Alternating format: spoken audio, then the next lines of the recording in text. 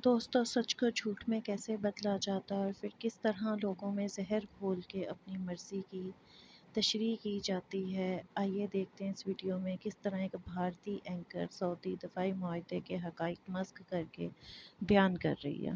पर आ जाए, आज पाकिस्तान ने अपने परमाणु सऊदी अरब के पास गिरवी रख दिया। आप सही सुन रहे हैं, पाकिस्तान ने अपने परमाणु बेच दिए। पाकिस्तान के आर्थिक हालात ऐसे हैं, आप जानते हैं, कंगाली के कगार पर है। इसीलिए आज सऊदी अरब और पाकिस्तान के बीच एक डील की खबर आई। अब उसे डील को पाकिस्तान ने ऐसे दिखाया है कि एक बहुत बड़ी स्ट्रैटेजिक डील हुई। दोनों सेनाएं मिलकर एक दूसरे की मदद करेंगी, एक दूसरे की सुरक्षा करेंगी।